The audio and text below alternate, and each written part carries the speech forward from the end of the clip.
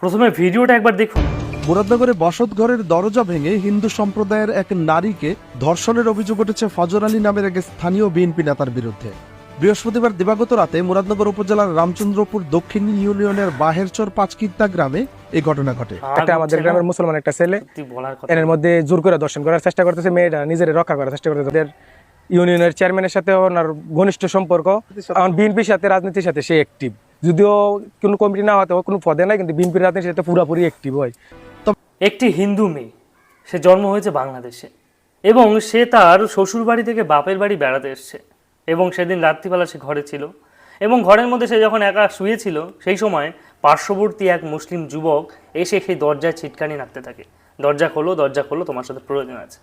কিছুক্ষণ পর মেয়েটি দরজা না খুলে বলে, না দরজা খুলবো না, এবং সেই সময় ওই মিয়া, ওই মোল্লার বাচ্চা, ওই শান্তির ছেলে দরজা ভেঙে ঘরের মধ্যে ঢুকে মেয়েটিকে ধর্ষণের চেষ্টা করে। পাশেই ছিল কিছু পরিমাণ মানুষজনের একটা সভা ছিল, হিন্দু ধর্মের কিছু সভা, হরিসভা, এবং সেখানে কিছু ছেলেমেয়েরা ছিল, তারা ঘোরাঘুরি করছিল।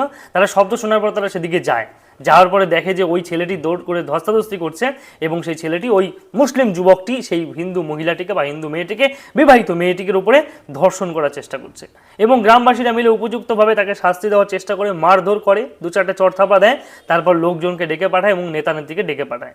কিন্তু পরবর্তীকালে জানা যায় সেই ছেলেটি বিএনপি নামক একটি সংগঠন বা নেতা নেত্রী বা মন্ত্রী অংশ, সেই সমস্ত ব্যক্তিদের সাথে বেশ ভালো সম্পর্ক। সেই মোল্লার বাচ্চা, সেই জিহাদির বাচ্চা ওই হিন্দু মেয়েটির উপর অত্যাচার করেছে এবং সে যথারীতি তার উপরে যে দোষ, সমস্ত বিএনপির নেতা বলুন, তারা দোষ দিচ্ছে আওয়ামী লীগের নেতা। আরে ভাই শান্তির ছেলে, তুই একটা মুসলিম ছেলে একটা হিন্দু মেয়ের ঘরে গিয়ে সেই হিন্দু মেয়েটাকে ধর্ষণ করতে গেছিস, লজ্জা লাগা উচিত। এরপরে আবার তোরা রাজনীতি করছিস।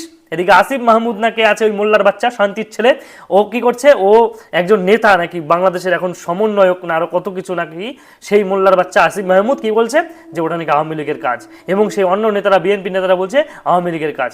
আরে ভাই, তোদের লজ্জা নেই? তোরা বাংলাদেশের মুসলিম, তোদের লজ্জা থাকা উচিত। তোদের মতো নির্লজ্জ বেহায়া পৃথিবী তার একটাও নেই।